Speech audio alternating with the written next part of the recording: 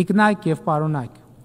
վերջին տարիներին Հայաստանի Հանրապետության դիվանագիտական հարաբերությունների աշխարհագրությունը տեսանելիորեն եւ հաճելիորեն ընդլայնվում է։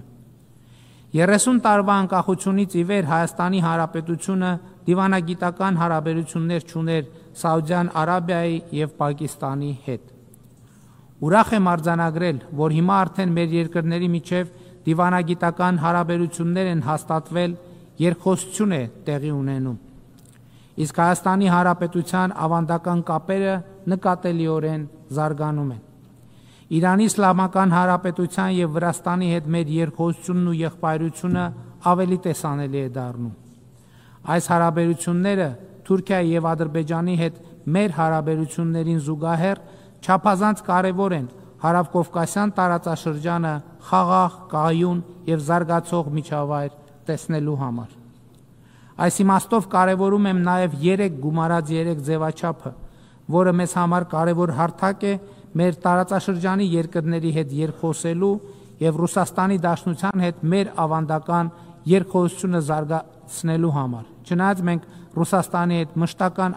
ակտիվ շփումներ ունենք երկկողմ ձևաչափով։ Վերջերս մենք ռազմավարական գործընկերություն հաստատեցինք Չինաստանի հետ։ Ակտիվ քաղաքական եւ առևտրատնտեսական հարաբերություններ ունենք Հնդկաստանի հետ։ Հավասարակշռված եւ հավասարակշռման արտաքին քաղաքականությունը նոր հորիզոններ է բացում մեր առաջ։ Մենք ակտիվացնում ենք մեր հարաբերությունները Ճապոնիայի, Մոնղոլիայի, Մերձավոր Արևելքի, Կենտրոնական Ասիայի երկրների հետ։ Տիկնայք եւ պարոնայք, հարգելի ներկաներ, այս տարի մարտին Հայաստանի Հանրապետության ազգային ժողովը ընդունեց Եվրոպական միությանը Հայաստանի անդամակցության գործընթաց սկսելու մասին օրենքը, որը շատ մեծ նշանակություն ունի մեր օրակարգի համար։ Այս օրենքը ոչ միայն Եվրոպական միության հետ մեր աննախադեպ բարձր մակարդակի հարաբերությունների արտահայտություն է, այլև ուղիղ վկայություն ժողովրդավարական արժեքներին մեր նվիրվածության։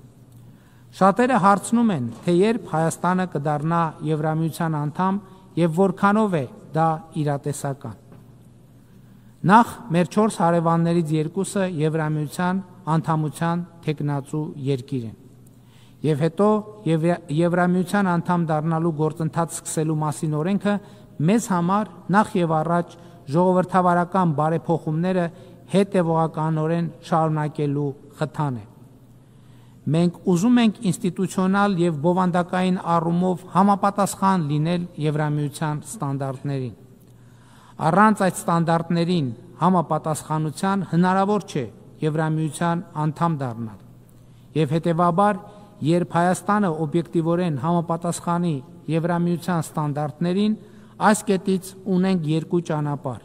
Մեզ կամ կընդունեն Եվրամիության անդամ, կամ չեն ընդունի։ Եթե կընդունեն, լավ է, եթե չեն ընդունի, մենք լուծած կլինենք մեր առաջ դրված մի կարևորագույն խնդիր։ Հայաստանը կլինի ժամանակակից առաջավոր ստանդարտներին համապատասխանող երկիր։